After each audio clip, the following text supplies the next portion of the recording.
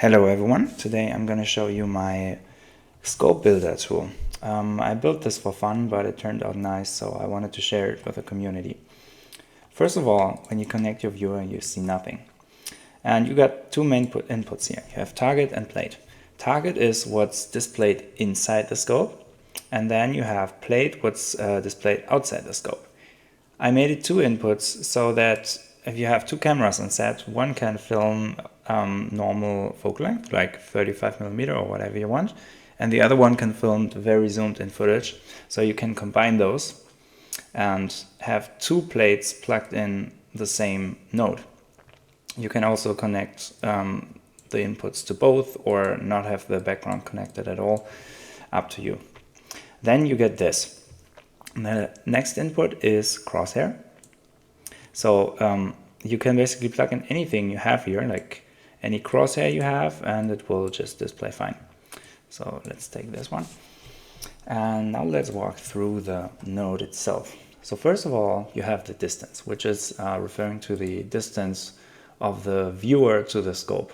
So I tried to rebuild it in a way that it looks exactly like a real scope that's filmed with, like if you film with a camera through a real scope, you would kind of see this. So this is very similar to my reference. So we could increase the distance and everything scales with it just nice.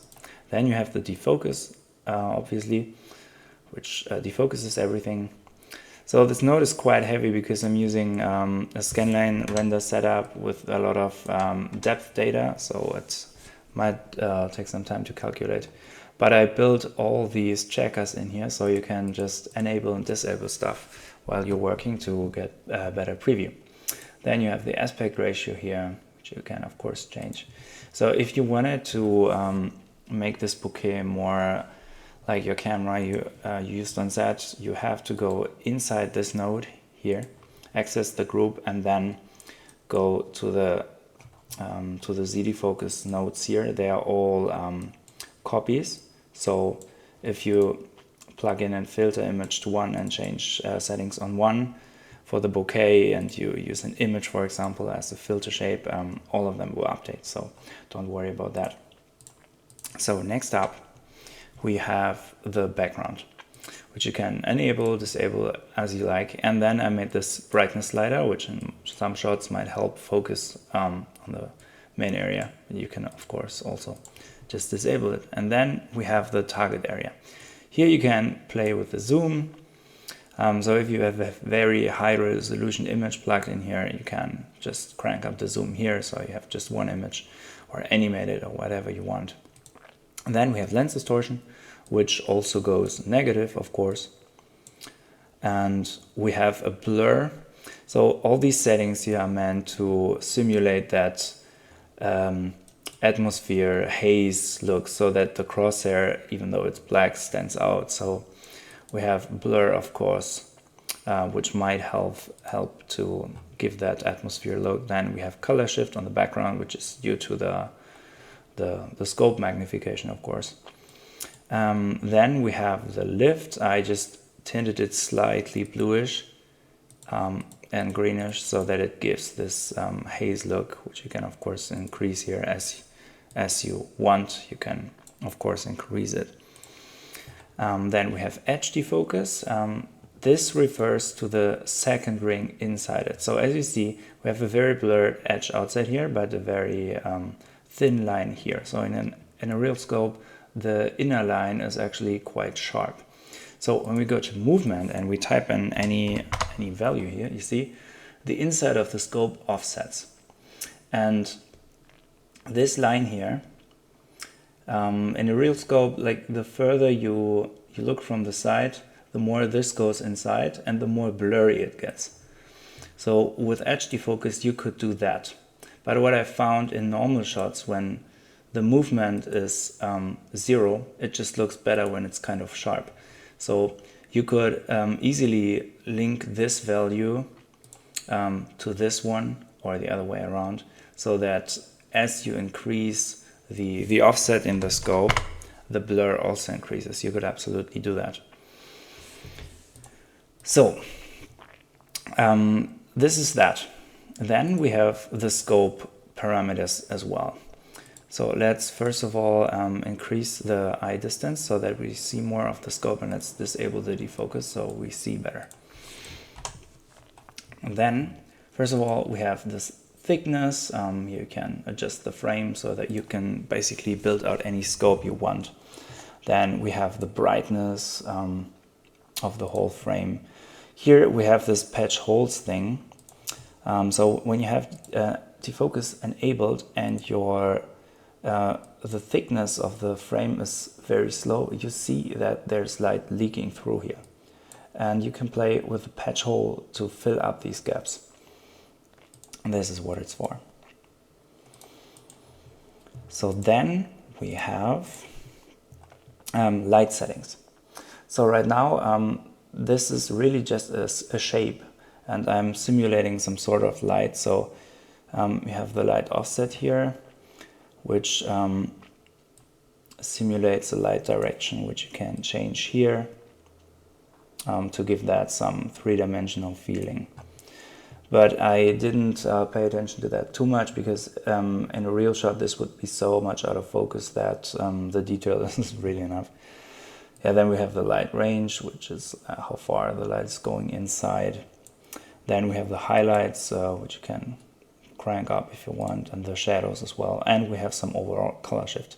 This is very a lot right now, but as I told you, when it's out of focus, you need a lot to still be able to see it.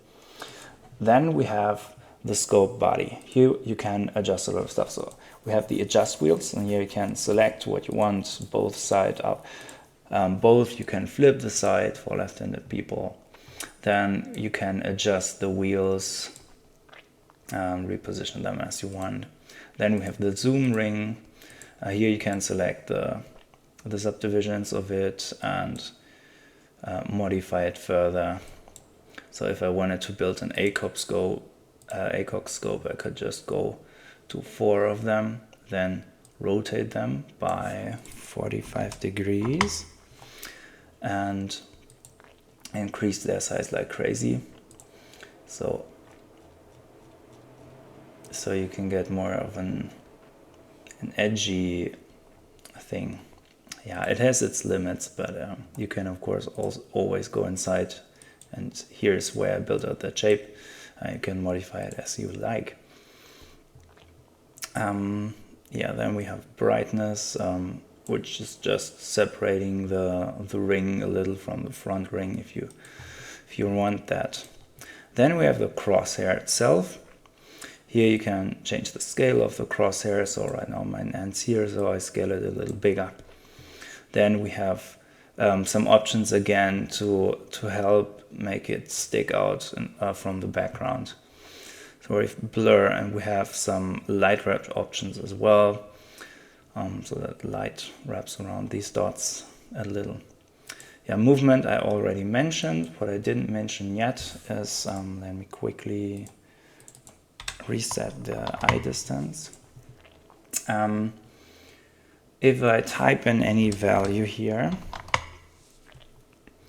this here, multiply translate, is a multiplier for this. So if you type in a 50 and that's too much, you can multiply that value down here. Also, what's important, right now this the crosshair moves, the black rim moves 2 times the pixel amount as the crosshair does, and you can change that here. So if I change that to 1, crosshair and rim move the same amount, and by putting 2, the rim moves more. You could even put 3 and then have 3 times the movement in the rim, however you like. So for very shaky camera moves, you might want to increase it so you get more movement in the scope. Maybe put a random value in here, and you can of course reset it and put it back to 0. What you can also do, in case you need that, in the first tab you can uncheck the background and the target, so the only thing that stays is the scope, and it gives you a nice alpha, even with blur. So you could just pre-mode that and put it on top of anything you want, and work your way with that. So I hope you like it. Please contact me if anything is broken or not working. As I said, it's very render heavy. Unfortunately, I couldn't get it any faster right now, but maybe in the future I'll find a way to make it more performant. So I wish you all a nice day.